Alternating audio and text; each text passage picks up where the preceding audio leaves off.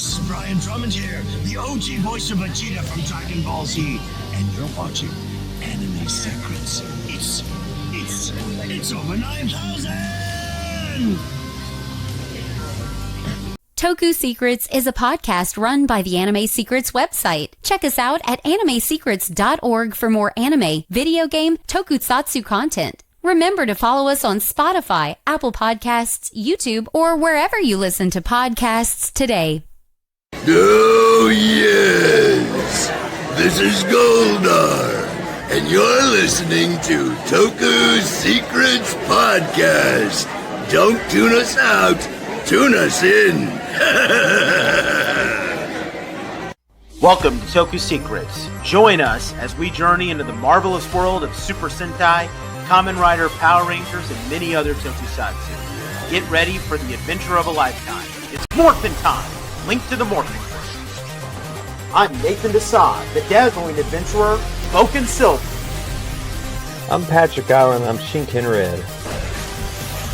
And I'm Rizwan Merchant, Gokai Red.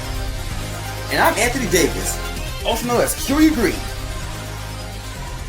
And we're Toku Secrets.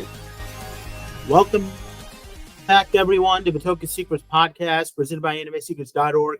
And today, Riz and I are doing a little bit of a post Rangerstop and Pop 2025 recap. And we got some special guests on here. We got Steve. We got Steve Newport, Zero Ranger 5. How's it going, Steve? Good, it's great to be here, guys. It's always fun to be around, but especially tonight. Yeah.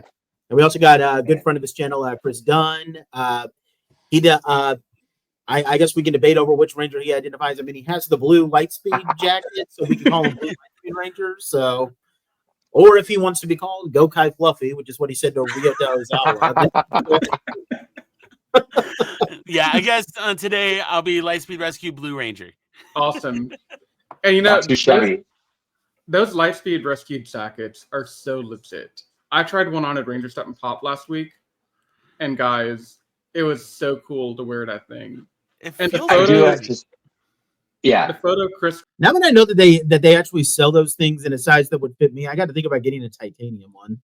Yeah, that's the coolest thing. I've got the Rescue Red one, as you can see right here on, and like as soon as you put it on, it feels like you're a Power Ranger. I don't know how to describe it other than that, and not in a way that like it feels like you're on the set of this thing. You really are this character. It's nicer. Sean C.W. Johnson has his Lightspeed jacket at the shows with him. And even though it's the original, it's obviously worth more than these. This jacket is far superior to the ones they would use on the show. So they're pretty cool. And they're practical jackets. They're very, very hot, though. I got mine in California and almost had heat exhaustion when I was there at Pasadena. And I grew up in Arizona. You wouldn't think I would have heat exhaustion. But you also shouldn't wear one of these zips up in July. Oh man, that's on me. That's on me. Mine at Rangerstop and Pop, and I was unfortunately Rizwan had to deal with the sweat that was already in my jacket. Oh no! Yeah, when you put it on, it's like you can try it I on, but it's going to be sweating. I'm sorry. No, I knew what I signed up for when I asked to try it on. You warned me, but I really wanted to try the jacket on. So I was like, you know what? I will sweat, bleed, and tear myself, but I will also experience Chris Dunn's sweat. Awesome. All right. Try this on. What's that, Nate? Were those things made by Sentai jackets, by the way? Yes. These are Sentai jackets. Yeah, Rich from Sentai Jackets made these. Very, very cool. Not sponsored. The most comfortable. Very much a premium. No, not sponsored for sure. I wish I was sponsored because then it would be a lot cheaper. No, really, they're definitely fantastic. Yeah. I will totally promo them all day long, though. And if they ever decide to promo us back, cool. But if not, it's the most. The jacket's worth it. Yep. And if they're ever thinking, go ahead, Steve. Oh no, you go first, Nate. And if they're ever thinking about eventually trying to make other jackets that were in the Sentai, hey, Sentai jackets, I'm still waiting for you guys to make a Boken Silver jacket already. So can you get on that? Oh man, I love that Search Guard successor. Yeah. Yeah. And hey Nate, I saw a Marvelous jacket under when I was looking the other day. Yeah, I know. Yeah, they have Marvelous jackets all over the place. So I might have to get one for the next time I go to a Ranger Con. By the way, Yeah, Rizwan, I want to vote. you look great. You look great in the rescue jacket. Oh, I know. I never imagined I would look so great when I put it on. I was like, you know what? Chris is here. I can try it on, take a photo. It'll be a fun little thing, like a novelty. But then when he sent me the photo, I was like, that's me. Yeah, I know, right? Something about the jacket, the way it goes on everybody. You immediately look like you're on set. You look like you're that character, no matter what character it is, no matter what you're even wearing underneath. Like I like to try to wear either a neutral thing or a red thing underneath, but even in just like anything, you put the jacket on, you're cosplay ready and rescue ready. So it's pretty fun. Nate's got to come over and try it on. Yeah, Nate, oh yeah, you're next to try one. Totally. Yeah. But we are here to talk about something other than Lightspeed Rescue jackets. As awesome as they are. As awesome as they are totally worth it, totally awesome. But you know what's even more awesome and even more fun? Rangerstop and Pop 2025. Yep. We have just come back. It's been about a week and a half. I am totally still drowning in content editing. I will probably be drowning for the next week, maybe week and a half. So yeah, just keep looking for the content there. But I just want to say, guys, this past Rangerstop and Pop was one for the books. I've been going for 3 years now, and I told Nate the first time, and I might have told you guys a story as well at some point off camera. But for the camera, I spent 16, 17 years working for another convention called MechaCon. And when I say working, I mean, I did press stuff for them. I did a lot of media. I did like pseudo staff like stuff. But I was never full staff with them. And, that ended in 2021. And I was super bummed out when they ended because that was like my convention. And for like a year after, I was like, what do I do? I don't really know if I want to continue doing cons anymore. I don't know if I want to keep like doing this stuff anymore. But then Nate convinced me like, hey, come out to Rangerstop and Pop. Let's hang. It'll be fun. And I got to say, coming to Rangerstop and Pop for me that first year in 2023, it was like a homecoming. It was like meeting my fellow Ranger friends and hanging out for the weekend.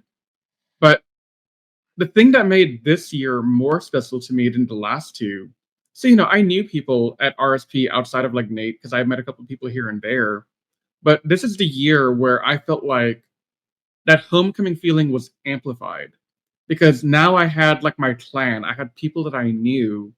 Like I met you two over the last couple of months doing collaborative stuff on YouTube. I've met other creators, other people. So it felt to me like being home. And so I just want to say, like, for me, this has been an amazing experience. And I don't know about y'all, but I just want to open with that sentiment on podcast. Yeah, I got to admit, I would. No, somebody else want to go first? Sorry. No, Nate, this is your show, man. No, not at all. Go ahead. I'll admit I was kind of feeling a little down before it started because, I didn't go. Okay, for those of you who are listening who don't know, I had been dealing with some issues with my personal life, and long story short, I was unemployed for 2 months. So that kind of threw a wrench into the plans because I didn't have as much money to spend, and unfortunately, I wasn't able to take Friday off. Now, granted, I still got to go to the con because conveniently, through some stuff that was happening, I got to go into work at 5 a.m. and which meant that I could leave work at 2 p.m. because I worked 8 hours because I appreciate my new company for being that generous. And so I was able to enjoy Friday and Saturday, and it ended up, working. I ended up, having a lot more fun than I thought because, I got to meet the whole Mystic Force cast. It does suck that I wasn't able to get photos with all of them, but I at least got those autographs, and that's going to last me a while, and I was able to speak with them a lot. Plus, I got interviews with 2 of those guys. Well, 3, Antonia, but yeah, it ended up being a lot better than I really thought it was going to be. And of course, with how it ended at the VIP dinner when they made that big announcement, which we could talk about that later. That's probably the most pumped that I've ever had of energy since. I mean, none of you guys know this, but my wife surely does. Probably the most energy I've had pumped since I'm watching a football game and my team wins a big game.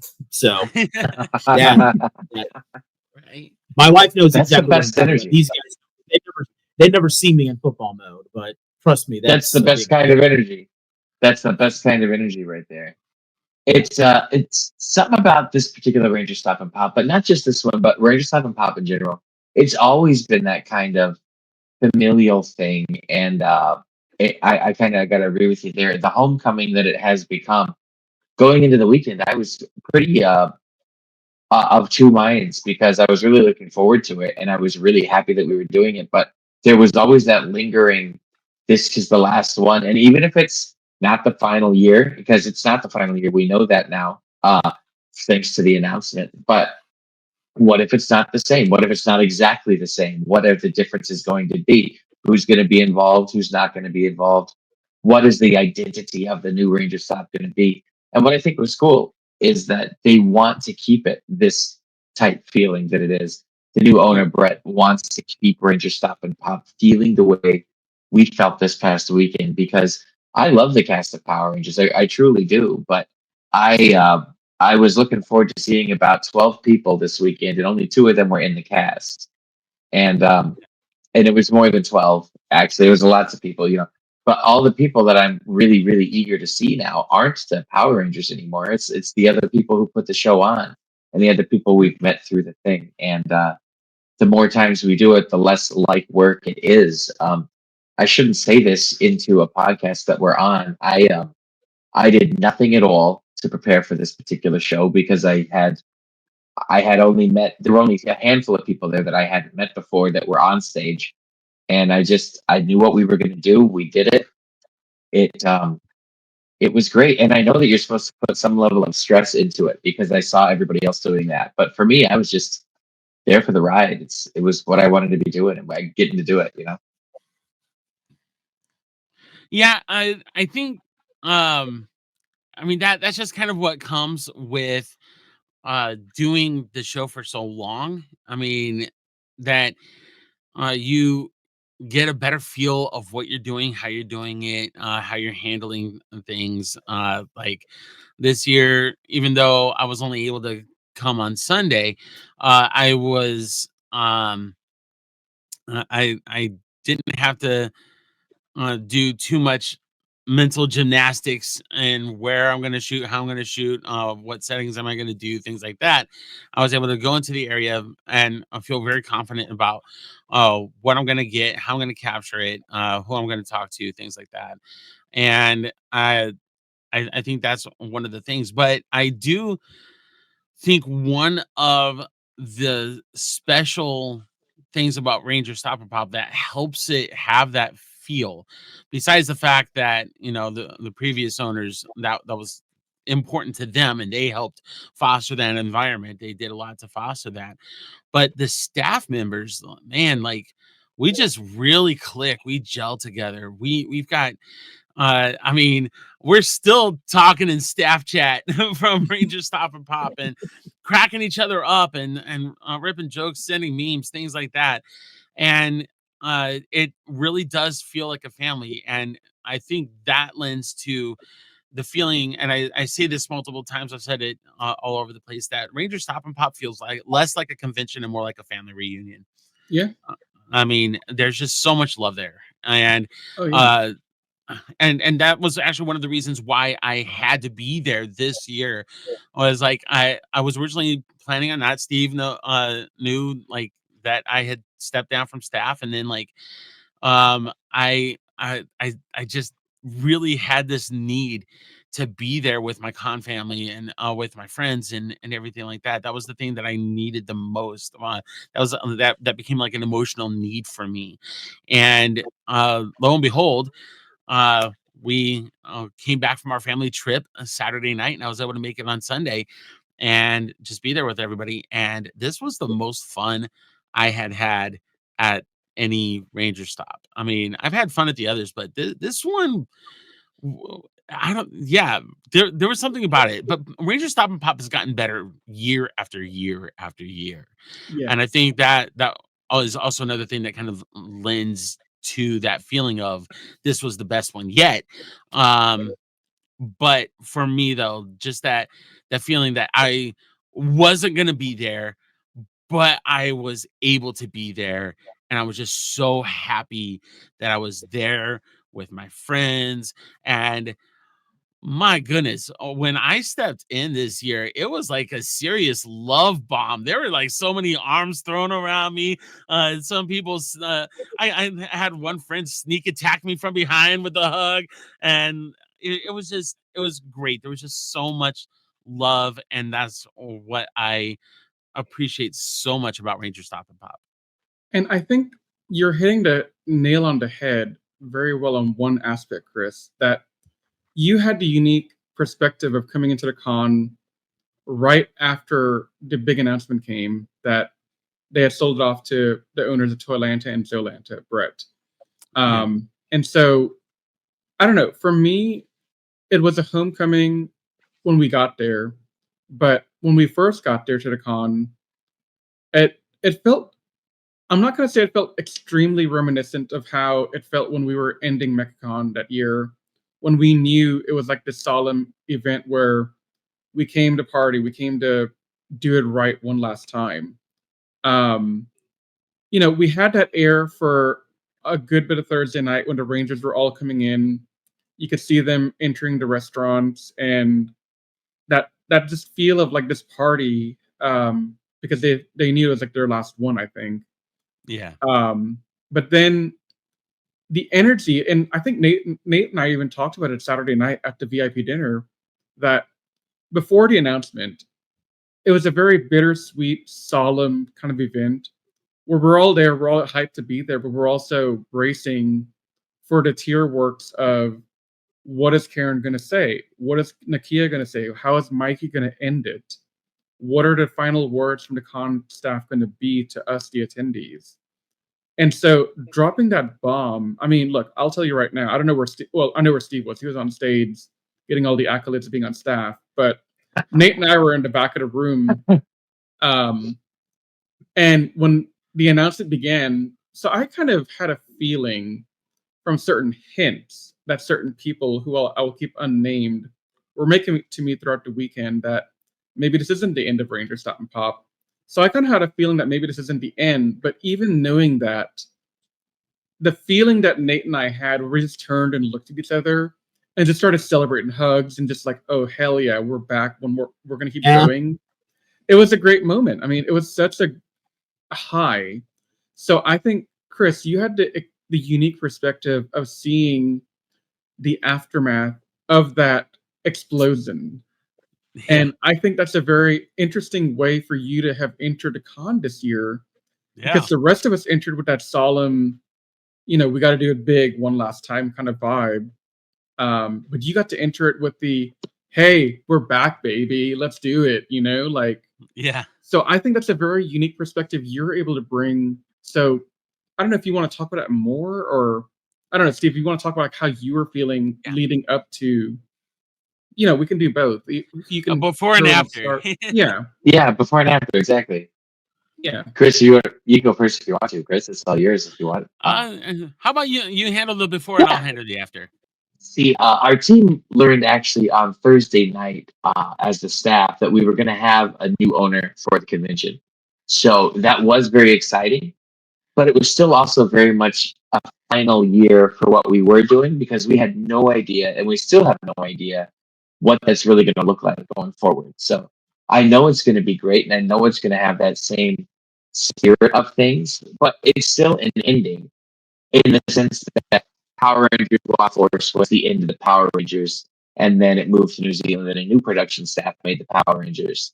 So it was still Power Rangers, and it was still awesome, and it still had that same feel, but it wasn't quite the same. It was different. So maybe something like that. We still had that feeling of it's not definitely going to be the same. You know, actually, I think what Steve said about it's actually kind of the perfect analogy when you think about it, because like Power Rangers Wild Force, it was supposed to be the end of Power Rangers. I mean, the final episode is literally called the end of the Power Rangers. And Riz, I know that you're not a big fan of Wild Force this season, but here's the thing, like, even though Wild Force, say what you will about the season, there was like a certain feel to Power Rangers during that Fox Kids era, where even the seasons that weren't necessarily the best, all kind of, there was still a similar feel to it with the seasons that were great, like in Space and Time Force for that area. And sure, we got like, there's a different feel when you're watching a Saban era Fox Kids Power Rangers season and when you're watching like the Disney era Jetix seasons and then the Nickelodeon Neo Saban era stuff. So yeah, that's actually kind of that's a perfect analogy when I think about it. Like the first Rangerstop and Pop, we've gone through what's effectively our Saban Fox Kids era. Now, hopefully, this new era doesn't. It's already. It's not necessarily immediately like the Disney era because everybody knows how much Disney disliked Power Rangers and was trying to cancel it every other year. Well, we know that Brett is probably not going to be like that, but still. No, Brett's awesome. I like him. Yeah, but as we know, the Disney era did bring some of the most beloved seasons of Power Rangers, and I'd like to think that that's what this new era of Rangerstop and Pop is going to bring. Even though it'll still have the love, it'll still have the care, but that the even though there was that massive change in like production staff and everything like that, there were a few familiar faces in production. Yeah. It still felt like Power Rangers. And so in the end, like even if there are certain changes and things like that, it'll still feel like Rangerstop and Pop. And I think that that's the most important thing. And I think this might be a good point in the podcast to reflect on something. So, Steve, you were there because you were the host of the panel. So, Steve Cardenas, during the Mighty Morphin Zeo panel, he laid out what he's hoping for to be the plan for RSP going forward. And I have this inkling from other people talking that Steve is more involved with the Newcon staff than we're led to believe. But from what it sounded like, he's saying that they want to preserve the Ranger community, the Ranger love, but they want to lean into the pop in Rangerstop and Pop a little bit more to bring maybe some other fans, like the fandoms of Star Wars, Marvel, other big properties that we all know and love, to the convention to keep the con running long term. And one thing that he said struck me as interesting, and I'd love to get your take on it from the three of you guys, because I'm still honestly kind of debating how to take it. But he said, if we bring in fans from other franchises and other fandoms, and they see the Ranger family and they see how the Ranger community is, they may grow more interested in our fandom and become part of the bigger family. What is your take on this? For one, I would like to see that happen. And I do know that Steve, he might not have a financial partnership in the show, but I'm so glad that he wanted to see it continue on. Steve Cardenas, the Red Ranger, from Power Rangers, the movie, of course.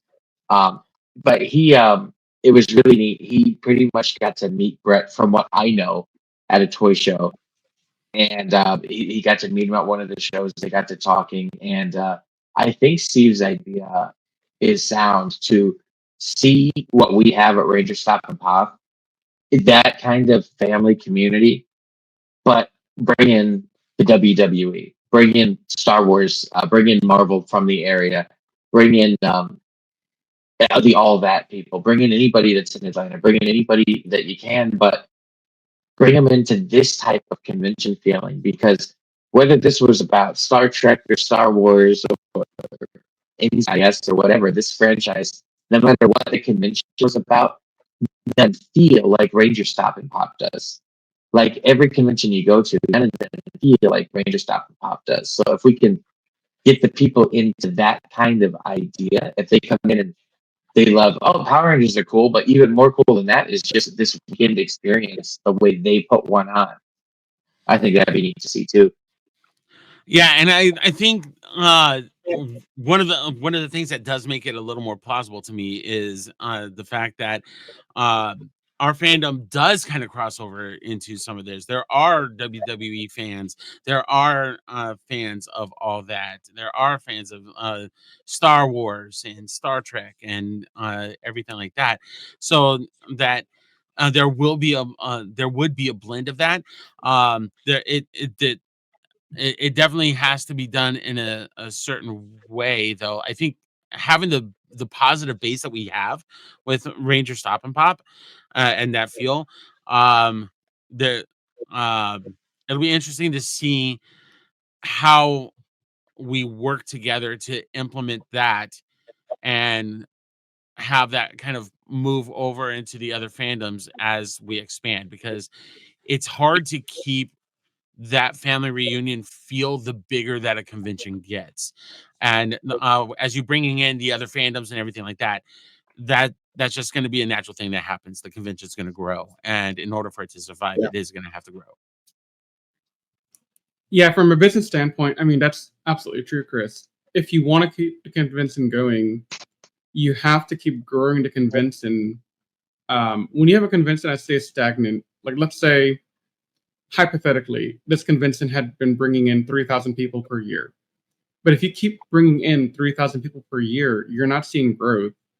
And with our limited fandom of, 30 seasons, give or take, 200 Rangers, there's only so many reunions, only so many people you can bring back before you say, oh, I've met Austin St. John. Oh, I've met Jason Fawn. I know Christopher Kamen Lee.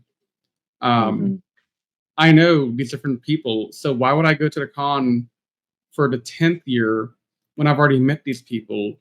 My friends are good, but I need more motivation to get to the con because we can get our own hangout together. But if you start to entice the fandom with, hey, you love Rangers, but let's bring in a heavy hitter. Like maybe let's bring in, I don't know, Hayden Christensen. I know it's not going to happen, but I'm just that'd be cool. Never say never. Never say never. Yeah. Well, I'm just throwing our kid's name because I just met him like 2 days ago, so it's on my mind right now. But yeah, I mean, expanding into Star Wars does open up like an opportunity. Like, I mean, okay, Hayden Christensen would be a long shot. That's actually possible. I don't think you could say that could never happen, but you could get. I mean, I would honestly be hyped if they could get Ashley Eckstein, who voices Ahsoka. Because she's kind of weird, where she's like she's kind of interesting, where she kind of intersects with like some of the geekdom stuff with having voiced Ahsoka, but she was on an episode of Drake and Josh, and she had a recurring role on That's So Raven. So you could probably so she kind of intersects between the Star Wars fandom and kind of the pop part of that whole thing. And I mean, I wouldn't mind. Good. Now, I wouldn't mind seeing Ming-Na Wen, because she kind of, she's been in a bunch of Disney. Awesome. She was Mulan, and now she's Fennec Shand, and she's awesome. She looks amazing for her age. I still can't get over how old she is based on how she looks. So, yeah. I will say real quick, having just met her 2 days ago, she is an absolute sweetheart in person too. I liked her. Yeah. And somebody else that would be really amazing from the Star Wars community that I think is really plausible is Sam Witwer, who is the voice of Darth Maul. Oh, yeah. As well as a bunch of other voices. And he was even in the Supergirl live action series. Yeah. And he's a fan of just all of this stuff he's a fan of. He 100%. Played Captain Kirk. He played Captain Kirk recently in the online. There's an online video I don't really know enough about to explain, but like, he played Kirk in that, which he's a fan of all of this universe. So Sam Witwer would be the kind of person we would see at a show like this. Yeah. And this is the guy that out geeked Dave Filoni. Yeah. That's hard to do, right? And it's not like it's not like we haven't had pop culture guests in the past. I mean, this Right. year we had Tassa Scott, who was in Troop Beverly Hills from the 90s or 80s movie. I forget when it came out. Last year we had Keenan. No, we had Kel. Sorry, we had Kel Mitchell, from yeah. Keenan Kel. We had the entire cast of the Anthony Ninja Bosco. Turtles. Yeah.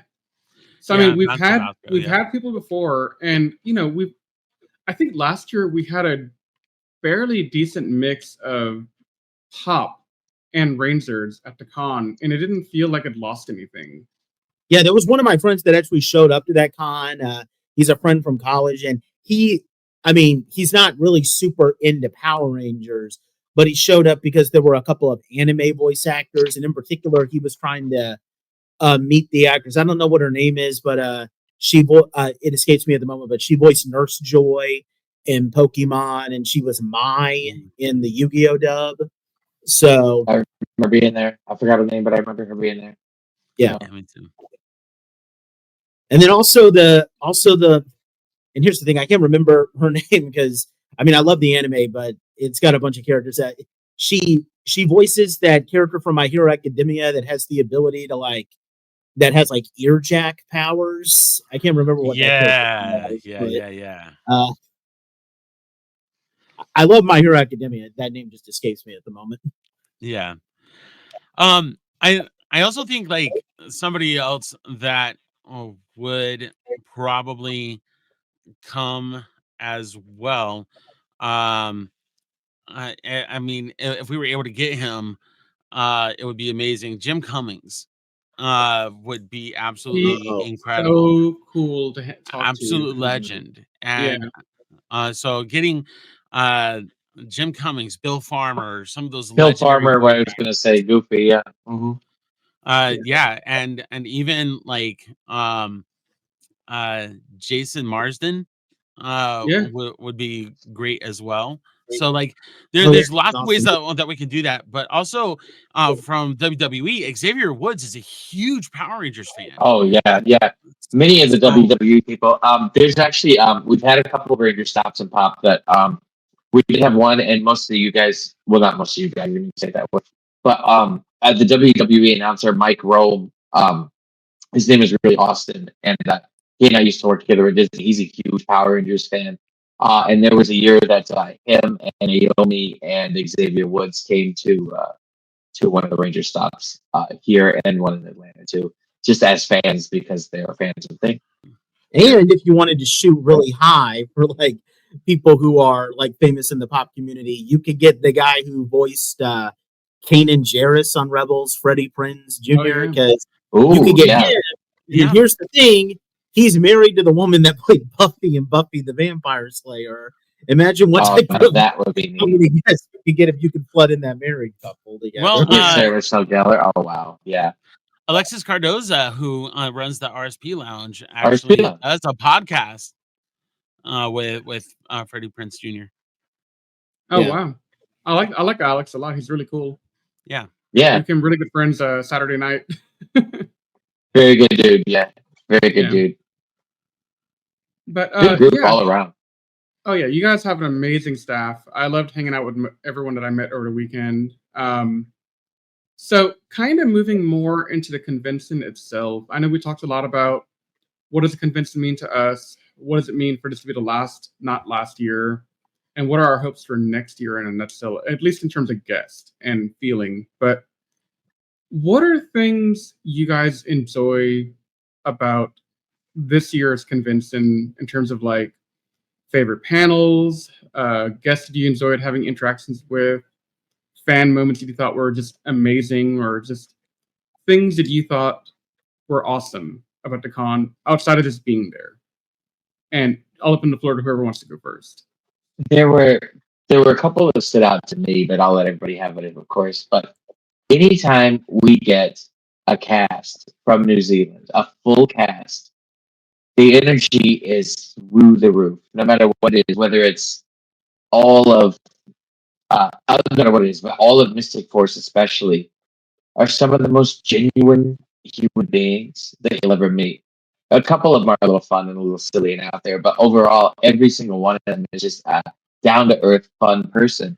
And so for me, the standout moment was seeing Javier's reaction to the room being full of people to meet and greet these Mystic Force people. And just to put some backstory, that Javier is the person who financially backed a good majority of their visit and has made a lot of Rangerstop and Pop guests possible over the years by sponsoring them through himself and through Ranger Sponsors International and stuff. So it is really, really amazing that these people could come together and to see him see the love that the cast received. And it was a weekend full of all love and good moments. And that, I think that to me was the highlight, the Mystic Force panel. Even though all of it was highlights, that's my number one moment. Oh yeah. Yeah, Javier, when I'm so glad, Steve, that when you began the panel, you pulled him on stage and you gave him his accolades and his roses of, hey, you did this. Come sit on stage and hang out with us for an hour. And just revealing the fact that you did all this. It was amazing. No, for me, that moment, Steve, I just want to add on my 2 cents because I was in the audience when it was going on. And seeing Javier's face, I don't want to put him on the spot, but he was moved. He was super moved. He was so, I don't know if the right word here is he's humbled by what he brought together, or if he was just in so much awe at what he had built that weekend. But one of those 2 words define it, and I don't know which one I like better. But he was so emotional, and just, the thing I love about Javier, this is my first time really meeting and interacting with him at this con, but he's such a down-to-earth, really gentle, kind spirit with no mean bone or arrogance to him at all. I mean, if I was him, I don't know, man, I might be with a chip on my shoulder saying, yeah, I brought the entire Mystic Force cast. What are you going to do about it? Give me perks, give me this, give me that. But he was so humble. He didn't try to brag about it at all. He just stated the business of, yeah, I brought them here because they're my friends, they're my family. And that to me was so beautiful. It shows, and it absolutely shows in just the kind of person that he is when you get to interact with him. And you can see it because the cast members love him. They're there and they had a good time, but it's like the family affair for them too. It's not just, I mean, every part of this is going to be in some way transactional because they're here for, to come over and meet fans, but there's an expectation that they get X amount for doing that and such. But everybody has a good taste in their mouth when they're done interacting with him and when they're done with that, and everybody wants to do it again. All of these actors come together and it doesn't feel like work. It doesn't feel like anything other than getting together with people you genuinely want to be with. And he cultivates that with the people he brings in. And no matter what season they're from or what have you, and I mean, in Orlando, we're going to see that again. I'm not going to say with what, but we're going to see that again. It's going to be huge. Complete group of people. Oh yeah, 100%. No, I think that's a huge thing that he does, and that was a good moment. But Nathan, what about you? What was something that you saw during the weekend that you thought was an amazing time? Something you truly enjoyed about the con this year? Yeah, I would. I mean, just to kind of ride off of what you guys were saying. I mean, seeing the Mystic Force cast was pretty surreal. I mean, I had already met Richard and Angie, so I mean, seeing them again was obviously very nice. But yeah, it just felt a little surreal because Riz and I, we decided that we wanted to review Mystic Force and then Maji Ranger a couple of months ago. But I had just finished watching Mystic Force probably 3 months ago, so it was very still fresh in my mind. Because before that time, the last time I had watched Mystic Force all the way through, I was either just starting college or I was in my senior year of high school, and I'm not gonna. I already feel old enough telling people my age, so I'm not gonna tell how long ago that was. But let's just say it was a little while ago, and so he said, what according to Cole. That okay, yeah, but I'm the oldest person in my little work team, so that definitely makes me feel better. Adds to it too, doesn't it? Yeah. Yeah. But yeah, like watching Mystic Force like this third for what's effectively like my third or fourth time. It was actually a lot better this time, and seeing the cast together, I got the vibes that they were a cast that had some pretty good chemistry. Like I could tell that they were working pretty good, and they were working a lot better than some other casts have worked together. And to see that they have but I never would have guessed that they have the type of chemistry that like the Time Force cast seems to have. They almost like on a level of, I know that we don't like this season, but the cast is amazing. The Mega Force cast, Definitely one of the most clicked together casts is Mega Force. There's such a great group of people. There's Great group of people. They have a lot to work with on the show. Operation Overdrive is the same. Like they're really nice Rangers actors. They might not be good Rangers, but they're good people. I'll tell you that. Yeah. Absolutely. Yeah, because this is the first time that I'm pretty sure Faraz and Melanie were at the last Power Morphicon, but this is the first time that I remember seeing them all together since having them all together. Yeah, I got the picture here done. Like having them all together, you just don't get that. You never get that. Yeah, because since like probably the very first Power Morphicon. But I was at the very first. I was there for that, and Angie Diaz was not, so I could not have gotten this picture back then. Yeah, Angie wasn't a part of that. She was there, so this is the first. She was on. What was cool about that one though? All of the Operation Overdrive cast was there though, and it was really cool because they were currently the Power Rangers. It wasn't really cool because I realized it was Operation Overdrive, and it's still that. But like, they're really cool, and to have met them, like to meet the Power Rangers now is one thing, but to meet them when they are currently the Power Rangers, so different. Because like if you met that cast of Overdrive today, that would be cool. We'll reminisce. We'll do this. We had a few of them at the last thing, but like when they literally came from New Zealand to talk at Ranger Power Morphicon, and like that was cool. And they couldn't even talk about the team up. Like Adam was in it, and they hadn't aired yet, and so Johnny couldn't talk about the team up, and Milana couldn't talk about the team up. It was really funny. It was a snapshot of time in time period. So that's why I like Operation Overdrive, even that's not what we were talking about. You just had to be in the right place. But yeah, Angie didn't make it to that first show, so this is the first time I got all of them together. And for those wondering, I did get John Tui's autograph on an SPD thing, so we'll have to work on awesome. I'm really hoping though that bringing the entire Mystic Force cast back again. Okay, would that be awesome? Yeah, it would. But I would hope that for future cons, they could try to make a big event where you could try to get at least one cast member from a season that's very rare to get at cons, so that while the rest of the cast is a bit more common, so that you could have that really big reunion. And to give two very prominent examples, you have the Power Rangers in Space cast, where Christopher Kamen Lee shows up at cons all the time. Selwyn Ward has been a bit less active, but he's still there.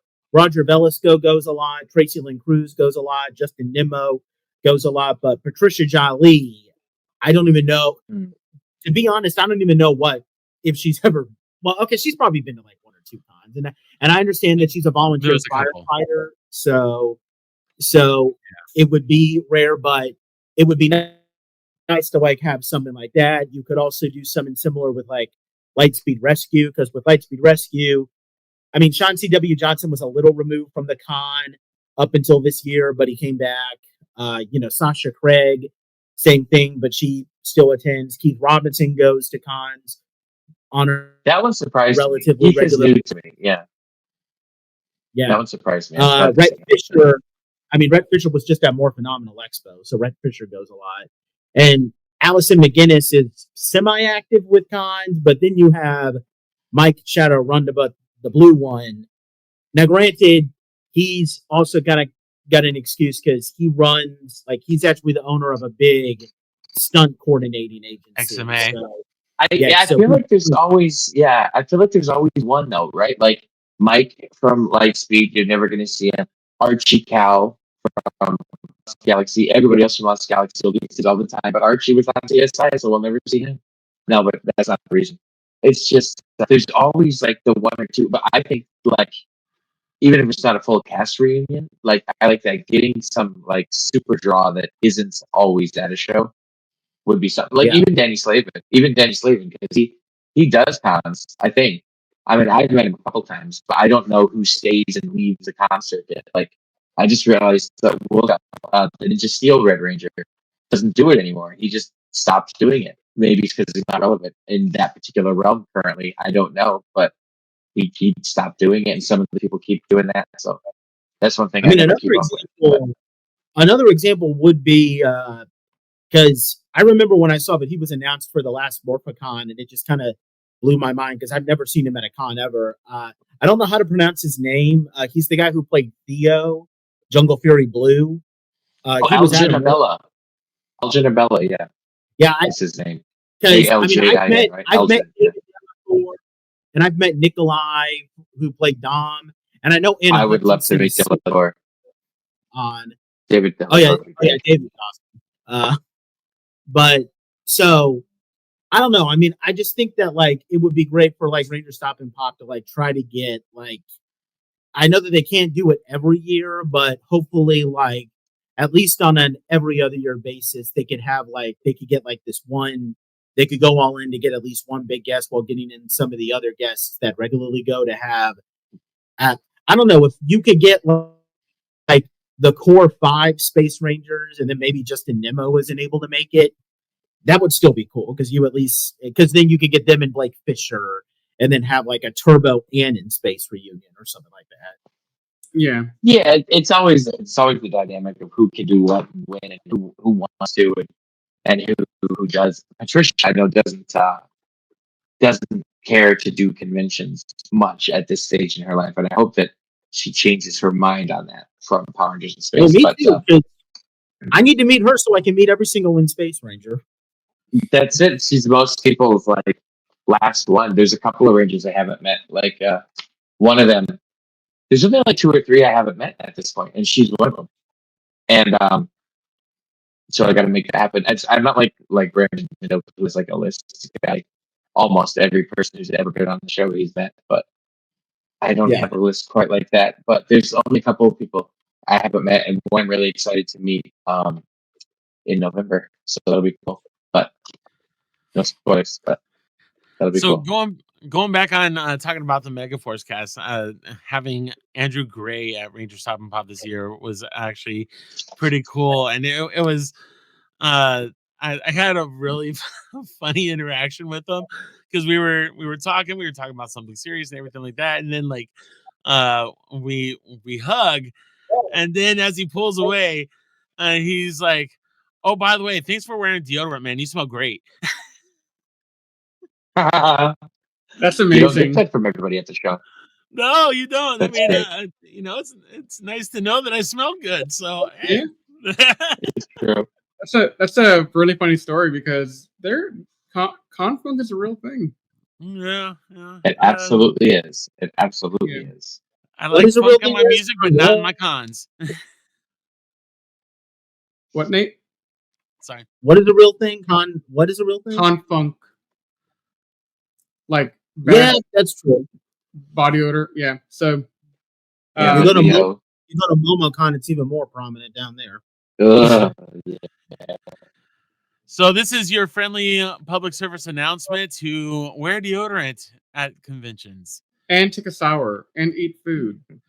Thank you. Yeah, drink lots of water. Yeah.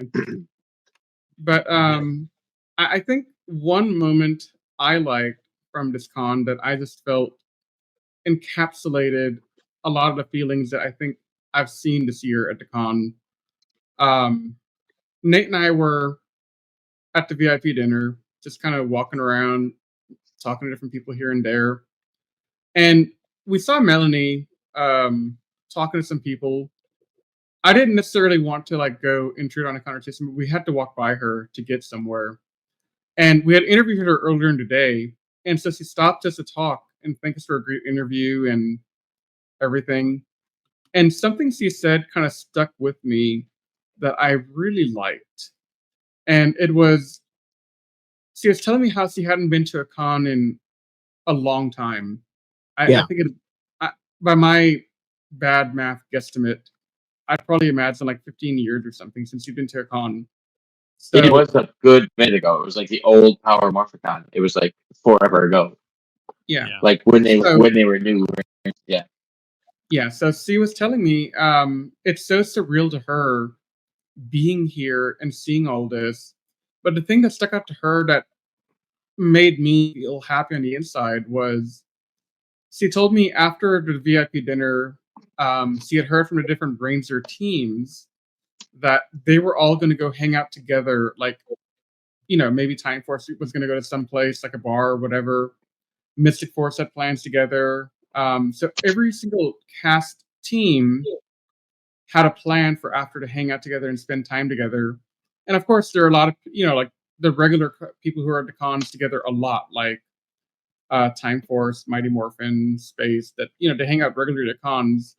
They had their own thing, but the ones that are more rare, like the Mystic Force team and a couple of others, he was commenting on how it's so cool to see that even, maybe 10 years later, 20 years later, 30 years later, depending on what season you're talking about, that the cast all seem to still have their bond from when they were on set.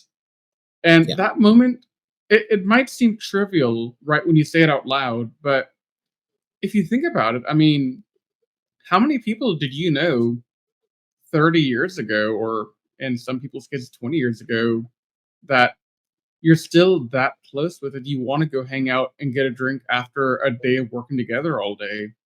I mean, that it says a lot about the bond that they had when they're willingly and wanting to go get a drink, catch up on old times, or make new memories, or whatever the case might be. So I thought that was a very interesting moment to kind of have been privy to. Yeah.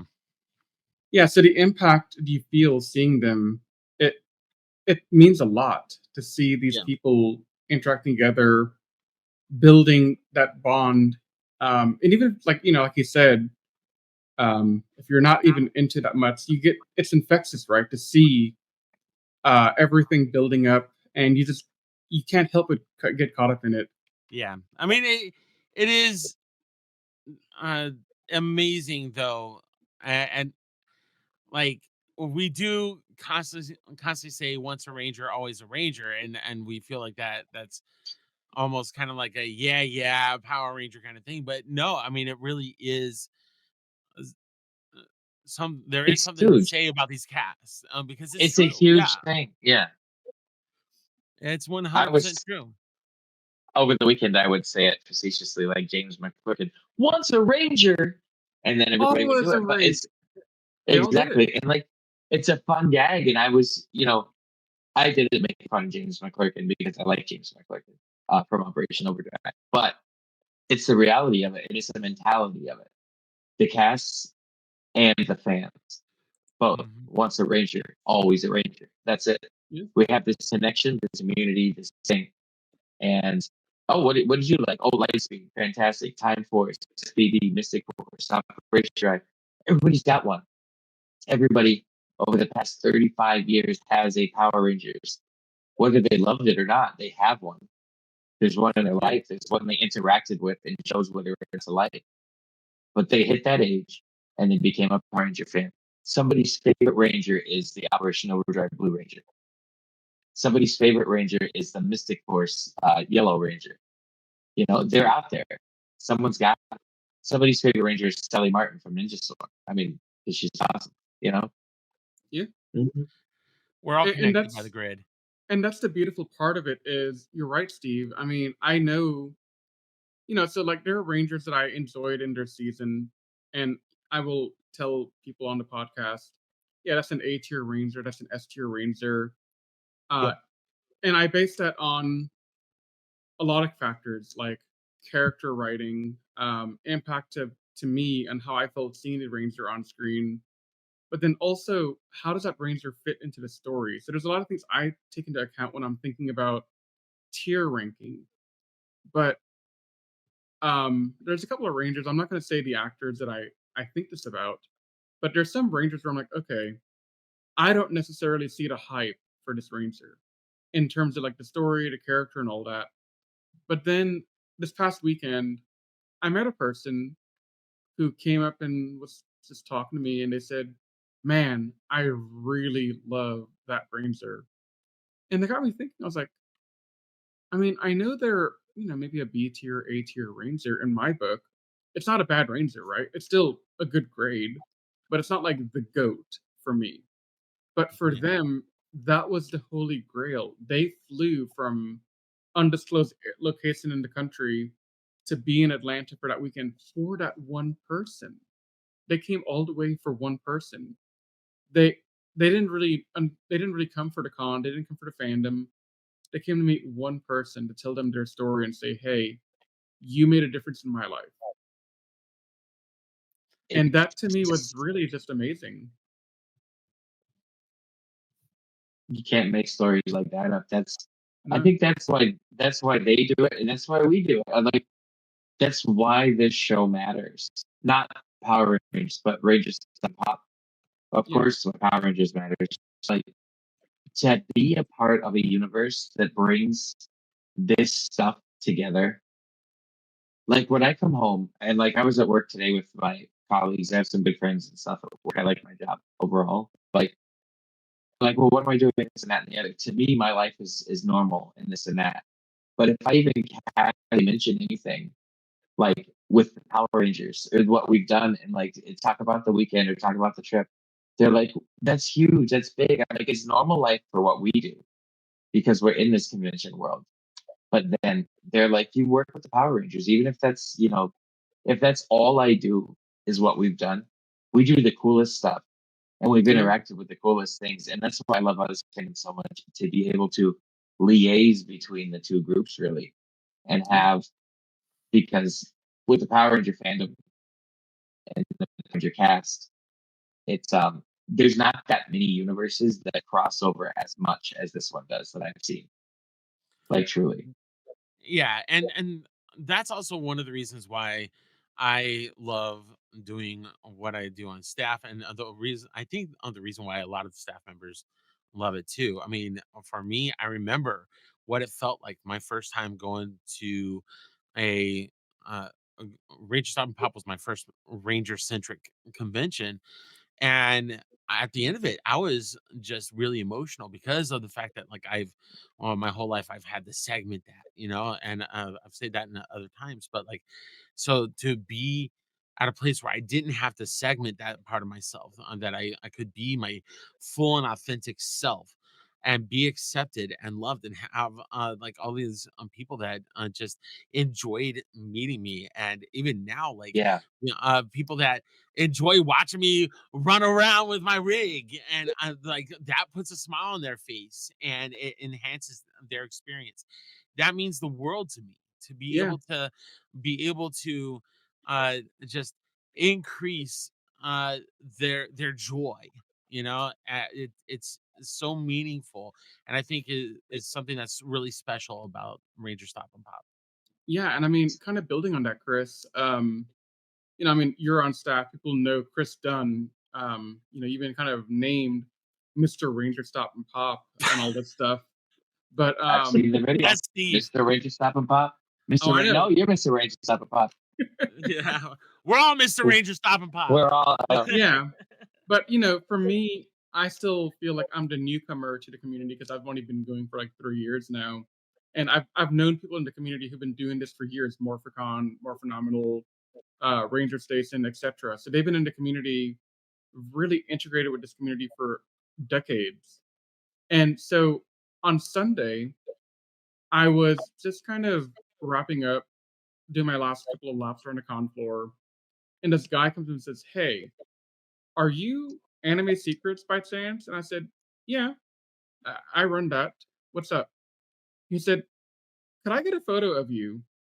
And I said, "Okay, you can take a photo of me, but can I ask why? I'm kind of curious because I'm not a ranger. I'm not anything really. I'm just here." And he said, "Well, you're the guy who puts all the stuff on YouTube, the panels, the interviews, and I want to promote your content. But to do that, I need a photo of you to show the human behind the camera. And I said, Yeah. that moment to me was wild because I never stopped to think about, I know the impact of what I do as Anime Secrets and what Nate and I do with Toku Secrets and all that. Because we've been told similar stuff with MechaCon, but seeing it here was just it kind of hit me. I was like, wait, y'all know who I am. I'm just the guy behind the camera. I don't really do anything beyond film stuff. I'm not the guy on stage. I'm not the ranger. I'm not on staff. But this guy stopped me to say, hey, you stop photo time. And that was wild. It's kind of surreal, isn't it? Yeah. It's a surreal and it's a special thing. And it's something that, first of all, you earned that because your place in this, we all have like a place in this Ranger community thing. And I found that out too, because I always feel like, why am I even here? They don't need me for this. That's what I tell myself. Other people don't tell me that. But like, and so I'll come into this show and I'm like, man, I can't believe I get to even sit at this table, or be around these fun people who are putting this on and putting this all together. And like, you never even know who's going to be out there. But like, for me, I'm just kind of there thinking like, why me? Why do you want me to be part of this? How do I get to be part of this? And like, there was somebody who had a piece that was signed by every actor that was there that weekend. And they wanted me to sign it too. And I was like, that'll take away the value of this. I mean, obviously they were VMP, so it wasn't really an object for them to have the actors sign the thing. But like I'm like, that will, in my head, I'm like, this is gonna devalue your thing. It's got all these Power Rangers on it, and then Nate, and then probably like Danny and some other people, who knows, but like Alexis, hopefully. But they said like, no, you're part of Rangerstop and Pop. This is a Rangerstop and Pop piece.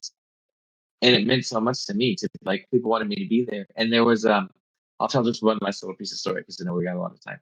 But I had to leave early on Sunday. I couldn't stay and enjoy the evening and have fun with everybody like I wanted to. And I got a message from DJ Marvel, and he was like, bro, I missed you so much the other night. And I was like, it meant so much to me to think that my not being there was set for me.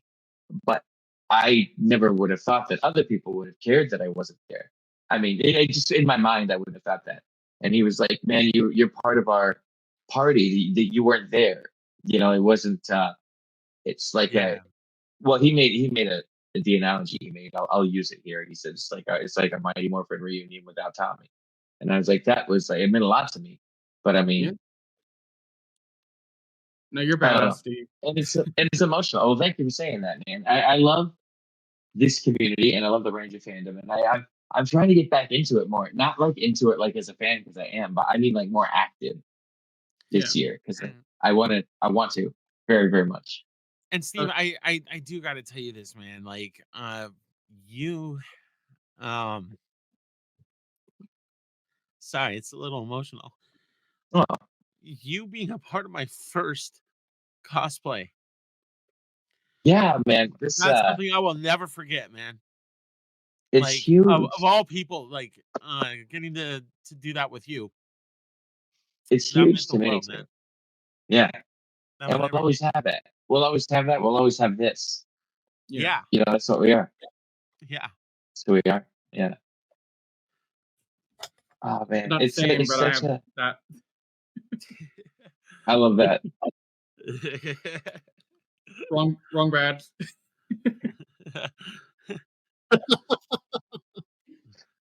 I want to feel included, dang it. I love it. I love it very much. Oh, man.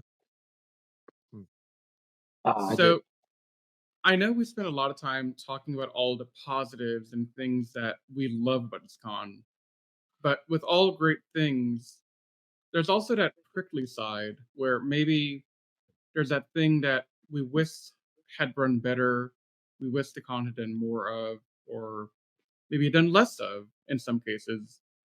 And I know it's a hard spot to put you two in, Chris and Steve, because you do work on staff, but if there's something closer that you feel like you would want to say, like, hey, I wish we could do this better for the con next year. Would there be something like that? Because I have a couple of things I would mention later, but I want to hear from the guest first. I think for me, this is only selfish because I do the panels, and I know that actors are always split on panels because yes, they love to talk to the audience, but also whenever you're doing a panel, you're not at the table selling things. So I respect their time with that. But I've always wanted to see the panels take more multimedia presence than they do. At Rangerstop Orlando, we used to, and I don't know how it's going to be this year, but we used to set it up like a talk show on the stage. There was a couch and some chairs, and I mean, I always wanted there to be a desk. We never got as far as a desk, but like I always wanted it to be like Jimmy Fallon's show up there because that's the kind of show I want to do, to be honest. And we had that in Atlanta. Actually, I don't know if we ever did have that in Atlanta. I think we might have had it once, but it's always been that. It had always been that way in Orlando, and then it went back to like the panel tables. But I feel like you get so much more out of the couch setup. I feel like you get such a different. So that's what I want to see. I want to see us set the panel up more like a talk show presentation and less like a table with chairs with absolutely no lighting on it, as was the case this year. Yeah. And I would love it to see it like better lit. Please. That My camera would, was that so would angry. be nice. The lighting, if nothing else. Yeah, lighting, if nothing else. But I really think there's plenty more they could do. And I understand why the people in charge didn't want to do it, and they didn't need to do it because I'm just happy I got to do my part, and that the people who come to the panels enjoy them, and the panels that go on are enjoyed by people because I love doing them, and I love having actors with them. And some of my best memories are from that, and all my best pictures come from that. And so that's my memories are getting to do those things. So for me, that's my. But I just wish that we could bring it to the people more because I know that those actors, and I hate to say it, those actors and me hosting a thing are good enough to be seen by people. And a lot of the, like when we did a bunch of Ninja Turtle stuff and it was in front of like, over 1,000 people. But it seems like the Power Ranger room is always like not that big. I don't know. I just feel like they could be because they could command that. Yeah. Yeah, and on my end, I mean, you hit a very specific point, Steve. That I, in terms of content, I would love to talk to the people more. This year, I did finally go and ask like a bunch of different people what's your favorite Rangerstop and Pop memory. I did that with the guests, some of the attendees, some of the vendors, things like that. And that's something that I would love to do more is like Yeah. showcase not just the Rangers or actors or what have you, but to showcase the vendors more, to talk with them about what they make. I mean, I'll talk with the artists about their art, or talk with the people that show up to the convention. Like, hey, how far did you come? Who are you to see? What's been your the best part of this convention for you? Just kind of give them a time to shine because we wouldn't have a convention if it wasn't for the attendees. Yeah. And I really would love to highlight them more. Awesome. Yeah. Nate, do you want to take a stab at things that you would like to see improved or done better or differently? I can't really think of anything really negative. I mean, I I think for the I mean, I kind of agree with Steve with how they're kind of running the panels with with like with having like the multimedia type of presence because I remember because I was recently at MomoCon where I had to record those two panels, the one with Ryo Horikawa and the American actor who voices Vegeta in the and then I also had to do the one with Burai's actor and Kamen Rider Black and Black RX's actor, and it does the panels do feel a lot bigger. Now, granted, I do think that Rangerstop and Pop probably had a bigger room, at least compared to what the to what the Burai and Black RX's actor panel was like. But I don't know. If you're in a panel room, it just feels bigger when you have like the projections and like you're showing it from like multiple different angles. You could take like a very small panel and make it feel big, even bigger. Like it's kind of like when you're in a football game where like you can be looking at the stadium just watching the game, but then there's also like big these big screens where you're able to see what's going on as well. Like it gives a size to it. Yeah, I see what you're talking about there, man. Because like I saw those same rooms where I mean, yeah, the one at Rangerstop and Pop was a little bit bigger, but like yeah, there's something about having a screen on either side with a projector with uh like the close-ups and the camera work and everything like that, and even having the cameras on the Apple boxes and everything, having them elevated, there's something that just kind of makes it you feel like, ooh, I'm a part of something here. We're in a production here. We are in something big that's happening. Yeah. Yeah. And I know that No, go ahead, Steve. Oh, I was gonna say when I would travel with one of the other franchises that I would travel with last year, we would go to a lot of shows like that were bigger shows. And the audience, it was always like that. Whenever there was like the 2 camera, the 3 camera setup, or the best part is a room with spotlights and darkness on the audience. Like it feels like so much is going on. Like every time I do a panel, I mean, it can be in either of those types of situations.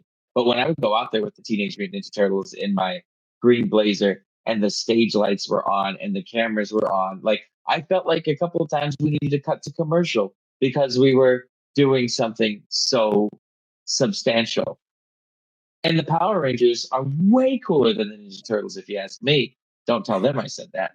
So they could be on stages like that too. All I'm saying is they could be on stages like that too. Dear Michelangelo, Steve said that Tommy is cooler than you guys. Ah, man. I'll call Robbie Rist right now. He played Michelangelo. I'll get him on the phone. But it would not lead this podcast down the direction it needs to go.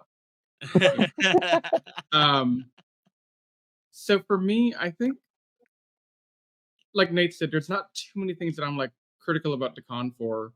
But one thing I hope we can try and improve on for next year with regards to the panels, because I think I basically lived in the panel room for 2.5 days at least. You were pretty much always in there. It was good to have you there, but you pretty much didn't get to leave. Yeah. No, I loved it. I loved every minute of it. But one thing I kind of wish, and this coming from a person who's worked conventions and been a pseudo guest handler when need calls for it, when the guest handler itself cannot be there. But seeing the way we kind of divvy up some actors into panels where they didn't necessarily flow together. Like I'll give you the example. Last night we posted the In Space Lost Galaxy SPD panel. And obviously they didn't have a spot for Brandon J. They just didn't have a spot for him. Yeah. You can see the odd person out as Brandon J. So most of the time, and this is no fault of anything you did, Steve, or anything that we as a con did, but Brandon J seemed bored at points in the video because he didn't have anything to talk about. He didn't have stories from being on set with In Space or Lost Galaxy or the team up or anything. And that's the tough stuff too. Yeah. Yeah. And that's the tough thing too, because there was so much I had for Brandon J. There was so much. There was a panel we did 1 or 2 years ago, and it had Kelson Henderson, Operation Overdrive Red Ranger, like 3 or 4 characters from other things that weren't the same. There were 3 or 4 different shows up on the stage, and the key was always, and it was not difficult for me to interact with all of the different ones and tie them into each other, especially Kelson being on all of them. But that was the problem with this one, was that Brandon wasn't on the one that there was only one odd person out, and that itself wasn't the issue. The issue was that odd person out didn't really care to be involved, because there was plenty of SPD conversation to be had. He just didn't really want to have it. Yeah. I mean, so I think it'd be different though if we had an SPD reunion panel. Oh yeah, anytime. Yeah. if you They could would build play off off of each other. that energy, right? But Yeah, having the sometimes odd it's one out, so yeah, having the odd one out. Yeah. yeah. Go ahead, Nate.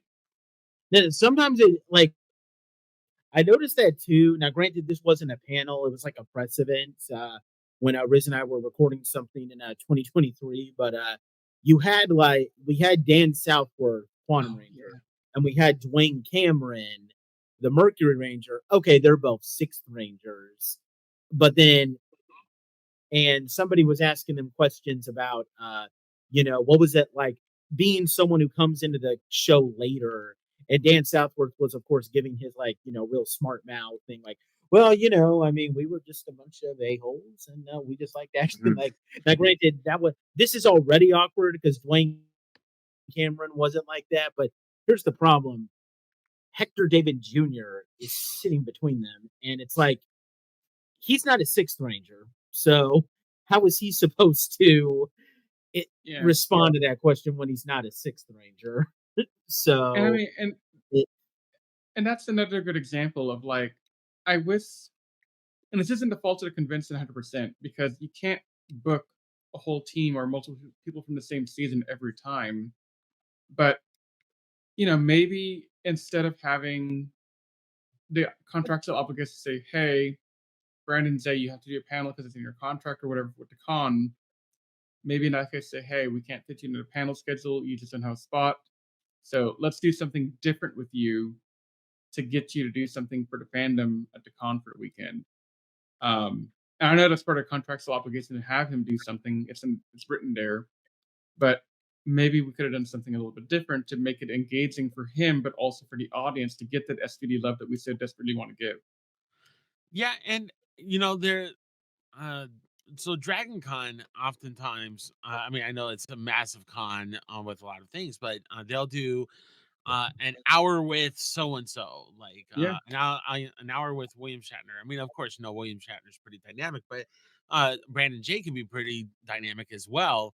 As long as there's like the right conversations talking beyond Power Rangers and other his other work, which he's really honestly genuinely passionate about.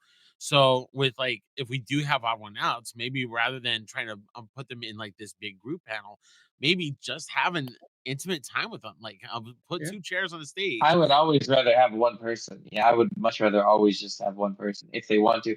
That was one thing that got me about a couple of shows I've been to. They had, oh, we've got a Power Ranger panel.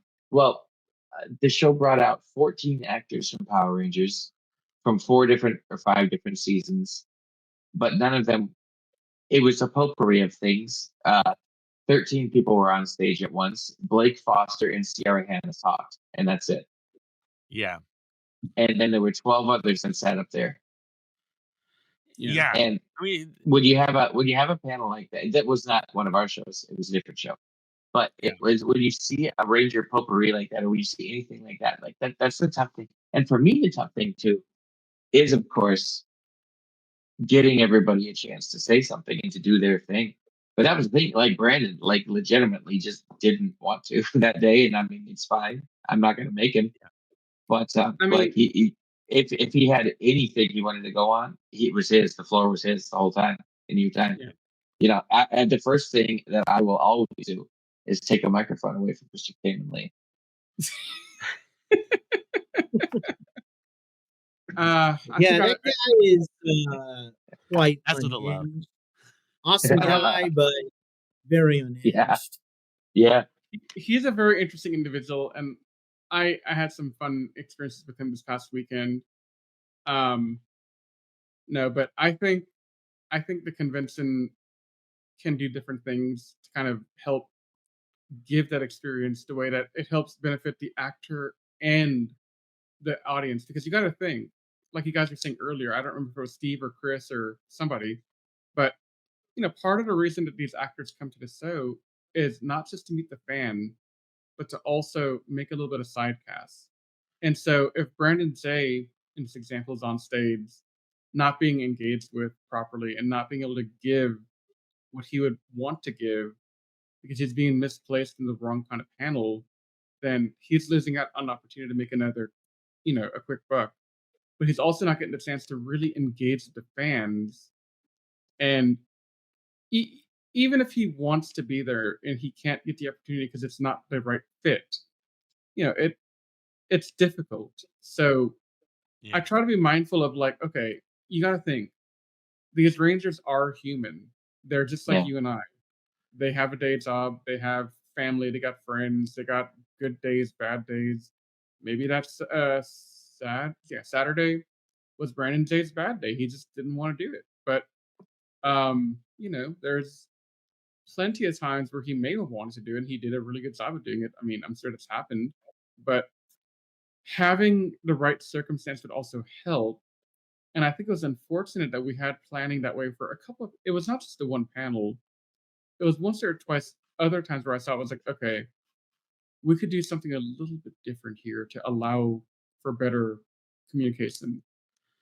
Yeah, and you don't necessarily have to pack everybody in a panel. Sometimes panels are a little bit better with fewer people on it. Sometimes, Oh yeah, like with the MNPR Zio, I mean, it's a very I dynamic panel. I'll always say that though, like the fewer the better when it comes to that. It's like, all right, cool, MPRZ, we're all going to be together, which means two people are going to ask questions. It's going to take 19 minutes per question, and we'll be done. yeah, Yep. yep. I But mean, then you had like maybe like I don't remember how many people were in the room, but was it? I think it was Wild Force that had like a less people than other panels that we had over the weekend. Not to any it fault of was Wild Force, no, but I not think it was knocking them. It was the time of when it was, yeah, and it and a wasn't the Sunday. cast. I wouldn't blame. Yeah, exactly. But they had less people, but it was such a fun panel. I listened back to it while editing. I was like, man, this is a lot of fun. I love Yeah, Zach Gibson. That man's amazing. Jack is so fun, and Jessica, I like the way she's like chill, the way she like talks. Yeah, She's like, I don't know, she's a fun vibe most of the time too. Like it's yeah, just nice. It's a and then Philip and Andrew. It's dude. what a cast. Oh, Philip Phil- Andrew is awesome. Meeting him was Philip I Yeah. love Philip Andrew. Philip Andrews surprised the crap out of me Oh on yeah. Thursday night. So I had just walked into the hotel bar, and there's a little bit of a Ranger get together in the bar, Always. and I don't know. I just walked in. I didn't realize how many Rangers were in the room at the time. I just walked in to find a friend, and Yeah. I look up and I see Philip Andrew kind of walking in my direction. I'm like, oh, there's Philip Andrew. That's cool. I met him last year. Bro comes up, almost tackles me to the ground in a hug. I'm like, Awesome. Yeah, he's hello? coming for you. You don't think he's coming for you. You just see him coming. Yeah. Yeah. And That's cool. I'm thinking to myself, does this guy remember me from 1 year ago for that brief moment where I took a photo with him? It's Because doable. That's how if I were him, I wouldn't remember me. But it was really funny that he just came up, gave me this big tackle hug. I was like, I all love right it. then. Yeah, he was pretty nice when I met him. Like and the funny thing is, Riz, is that you got him to do like a shout out for Yeah. the Toku Secrets podcast, and I went to go tell him thank you for that, and he actually remembered it, even though he probably did it like just a couple of hours ago. And he would sometimes say hi to me when he saw me like hanging around the con, which that I mean, the way that he was interacting with me was particularly kind of special because maybe I've said this on the podcast a couple of times. I you probably might not be able to tell with all those interviews that I do when I present this, but I suffer from horrible social anxiety where I just get this feeling that like everybody hates me and I'm just Mm-hmm. tolerated. Mm-hmm. So uh, Nathan has really bad social anxiety on the down low. But you know what? you I'm should proud of him because anytime I need Nathan to stand up and do it, like he will get up there, he will interview them, and he will be a baller at it. He will knock it out the park. yes. And True. maybe during the interview, I don't know, Nate, how you feel during the interview process, but even if you're feeling like all the butterflies in the world, like, oh my god, what am I doing? I'm standing here in front of, you know, um, Chip from Mystic Force yeah. or whatever. You're like still containing it and doing the best you can, and you knock it out of the park. So, that's amazing. You're able to do that, and I'm so proud of you for doing that. Okay, that definitely means a lot. Thank you, Riz. And see, ladies and gentlemen, that's how you combat social anxiety. The toughest thing I would say is combating stuff like that, and I'm so proud of you for that too. Like anytime you have an anxiety, like, and I have sometimes, like when you said that, like, I so identify with that. I always think like, oh, people don't really like me. They're happy that I'm there, but I'm just tagging along to it, whatever. I'm not actually adding anything. Anybody could hold the microphone. That's how I feel sometimes. But like, you're not like that. I'm not like that. And it's good to know that we are all within this community able to step up and step out of that feeling. I mean, it's hard to explain how I do it. I guess when that camera turns on, it's like I turn into someone completely different. It's like when the camera turns on, it's like the Millennium Puzzle activating, and suddenly I'm Yami Nathan instead of just regular old Nathan. Dude, and when he turns into Yami Nathan, he is a little charismatic. You know what? he is very good at rizzing the ladies, and I can say that because my name is Rizwan. Is it your name? So, I love it. Let me see. Okay, so I think we're getting to the end of time here, guys, on the podcast. Oh yeah, it is. Look at that! Wow, yeah, it's been fun. Yeah, it has been. But I'm glad you're. Yeah. You caught my pun. You caught my pun. I'm so glad somebody got it. But I just want to say again to Steve and Chris, and even to you, Nate, thank you for making this an amazing weekend. Something that meant a lot to me throughout the time for preparing for this convention was our trivia night, and how stressful that was for me to kind of put together and plan with our collaborators and putting it all together. But having the supportive network of friends to help see it through really set the stage for me to have a great Rangerstop and Pop. And I think it goes without saying that, hey, you guys are an amazing group of people. And I'm so thankful that we were able to have this connection with you guys and bring it on the show. And I'm hoping we'll have you again on Toku Secrets podcast for some other fun hijinks sooner than later. Yep. I certainly hope so. I'd love to come back. I love being around with you guys. It's a lot of fun. And the highlight of the weekend for me was making you guys as closer friends. Honestly, the more time we got to spend together. I know. Yeah, I know it's only been like the one weekend back there, but like, you guys are good friends, and I love this. I love talking Rangers and just being together. You guys are upstanding citizens in the community. I love it. Absolutely. Look at that, Nate. We're Carter Grayson's successors in terms of stand-up citizenness. Exactly. Look at that. We're Rescue Ranger ready. I need a badge. Rescue ready. Red Ranger. Rescue ready. At some point, I'm going to go back and watch Lightspeed Rescue, because I think one of the things that I realized during the weekend is how much fun Lightspeed Rescue is. And I haven't seen that season in maybe 10 years. Oh, wow. Yeah.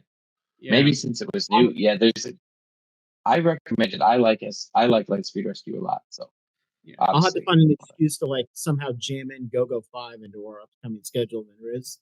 Oh my god. Oh man. Guys, I have to say, I know some content creators might joke that they've planned out the next couple of years of their podcast in advance or their YouTube channel in advance.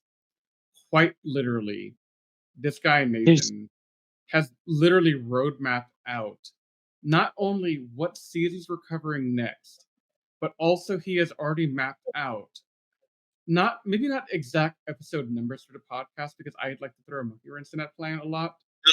He will. I have figured out which episodes we're reviewing for each podcast. No, but you don't know what Toku Secrets podcast episode number it'll be. Oh, okay, yeah. I throw monkey wrenches into the plan very often to make it more fun, but Nathan legitimately has planned out, I would imagine, the next 2.5 to 3 years of our show, just in terms of what seasons we're going to do, what episodes we're going to plan. It's all there, and I saw Reader. That's amazing. There's I know. Like I said in that little live stream, well, I think it was a live stream. Like when when it comes to the Toku Secrets podcast, I'm either planning stuff for the future, I'm planning to plan stuff for the future, or I'm suffering from anxiety because I'm not planning for the future. That makes sense. But the thing, there's so much Toku, there's so many Sentai, there's so many things you want to cover. It makes sense to have a plan. Like, I respect you have that. Like, that just means you're actually making the content. I mean, that's fantastic. And, we can say with absolute certainty by probably this time next year, we'll be doing some B-Fighter. That'll be awesome. Cool. Yeah, that's just kind of I mean, we already told you what Sentai we're doing up till we're about to be doing like pretty much every Sentai that was adapted into a Zordon era Power Ranger season, except Geo Ranger and O Ranger, because we've already done those. And then after that, we want to take a short break from Kamen Rider. Super Sentai, dip our feet into Metal Heroes, which means that we're the Troopers, the B-Fighter series, and then take a look at Beetleborgs. That'll be awesome. Big bad Beetleborgs. Can't wait to see Flabber again. And you know what? You know what makes it even more interesting, Nate? I just thought about it. They just started a comic run of Beetleborgs recently. No, of VR Troopers, actually. Sorry. VR Troopers, yeah. Yeah, they did. So, I mean, there's content rolling out. And they just did a VR Troopers reunion. Yeah. Yeah, that really disappointed me. That I couldn't go to that. I was so sad. Yeah. Two reasons. One was hubris. I really wanted that reunion to be at Rangerstop and Pop, but it wasn't. Right? Because I wanted to be a part of it. But besides that, that's what disappointed me the most, because I wanted to meet Sarah Brown forever. Brad's great.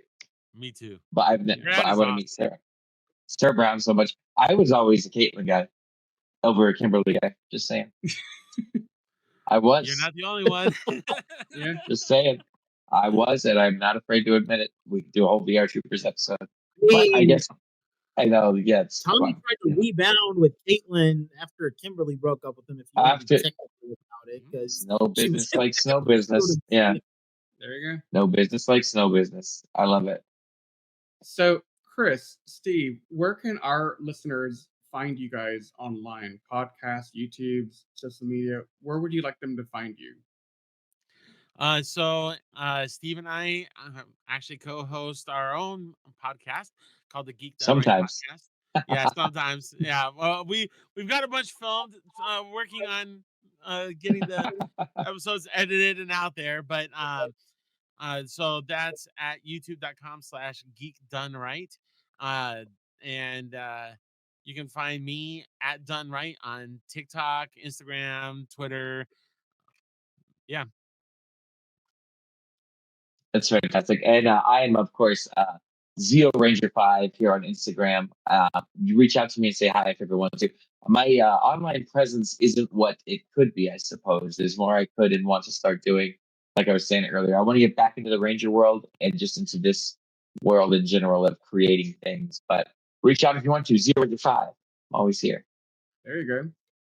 And so, I guess, kind of to give a little preview of things we'll be doing with Toku Secrets going forward in terms of conventions. I will be at More Phenomenal Expo in September. Well, okay, it's not called More Phenomenal Expo this time. We're calling it Kaiju Matsuri.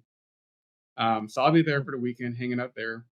They're bringing down Gokaiser Red, Gokai Pink, some of the B-Fighter cast, and a couple of other Ranger actors and voice actors from the Toku anime adjacent stuff. So that'll be a lot of fun. Brought to you by the same amazing people who bring you More Phenomenal Expo. So come on out to San Antonio. It'll be actually my birthday that weekend. So I'm pretty excited to go have a chance to meet Captain Marvelous again for my birthday, basically. Yeah. That's awesome. That's a great birthday. Dude, I'm so hyped. I actually had the VIP dinner already bought with Toku Spirits, so I had the VIP dinner. I got the VIP dinner with them at NostalgiaCon in Houston back in December, and I actually got a chance to sit down next to Ryota Ozawa, who played Captain Marvelous, for the entire dinner and hang out with him. And he is such a fun man. I love that man. Yeah, he is. He's great. Yeah, big Star Wars fan. Oh my God, yes. Big Star Wars fan. Yeah, huge. He is such. We talked about Star Wars for quite a while at dinner. It was great. I love that. But then after that, in terms of Toku cons, I am going to try my damnedest to make it down to Orlando for Rangerstop Orlando this year for my first time.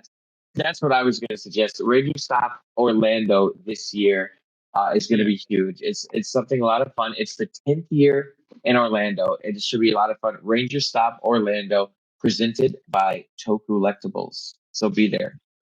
And we also will have Toku Spirits bringing guests down for the first time to any Rangerstop. It's amazing. I can't believe the double Toku team up on this one. I'm so excited that Mikey has decided to open the doors back up to Super Sentai at Rangerstop. We've had Yuta and Reiko from Zoo Ranger in the past, and I'm really excited to see what he brings to the table this year for Orlando and future things going forward. I'm super excited to see who they bring for that con. But yeah, that'll be what we do in terms of our Toku related cons for the rest of the year. Of course, I'll be attending a couple of other random anime cons and comic cons throughout the year. And we've already kind of hinted at what our plans are for Toku Secrets and multiple podcasts, so you guys know what to expect coming up. But Chris, Steve, thank you so much for being here tonight. Really enjoyed it. Nate, you want to close us out? Yep. We would like to thank our friends Chris and Steve for being on. And on top of that, we not just Riz, hopefully we'll be able to have some other people be on the ground at our Rangerstop come Orlando. And you guys know about all the content that's coming out with the Sentais that we're going to be covering. Plus, we just kind of talked about some other plan that we had nonchalantly after we're done with a certain group. But yeah, we got a lot of stuff planned for you guys. And of course, we're going to be looking forward to Rangerstop and Pop 2026, which has officially been confirmed to be happening. We'll talk a little bit more as we get closer to that point, because Rangerstop and Pop 2025 just ended, so we got to let things cool down a bit before we can start making. Let me edit all the content first. Yeah, but yeah, we got a lot of stuff planned for you guys, and this guaranteed will not be the last time that you guys see Steve and Chris on this podcast. So definitely, no. I hope not. Look forward to it, man. Yeah, because you know what? Used to see. You know what? What's up? We know how to geek Dunn right. Yeah. That's See well what done. You did there. Well done. Well done. Oh man, it's like all the dad jokes. It's like the best. That was Toku not a Secrets dad right joke. here. Oh, look what he did. But yeah, we got a lot of stuff planned for you guys, and we hope you guys will join us for all of it. And we'll see you guys next time. But until then, bye for now. If you enjoyed listening to the Toku Secrets podcast, please check us out at animesecrets.org and follow us on all our social media pages such as Twitter, Facebook, and Instagram. And also feel free to check out our other podcasts, including Anime Declassified and the Jedi Squadron. You can also leave us any feedback you'd like to offer us directly on our website. If you're listening to this on Spotify or iTunes, we thank you so much, and please leave us a rating out of 5 stars. If you're watching this on YouTube, please subscribe to our channel if you're not already subscribed, and leave any comments down below, as we love to take the time to read comments left on our channel and give our fans, shout-outs. If you have any seasons of Super Sentai, Power Rangers, or other tokusatsu shows that you'd like for us to check out, please don't hesitate to say so in your feedback. With all that said, we thank you so much for taking the time to listen to our podcast, and we will see you next time as we continue our never-ending journey through the world of tokusatsu. But until that time, you all stay safe, we love you, and may the power protect you.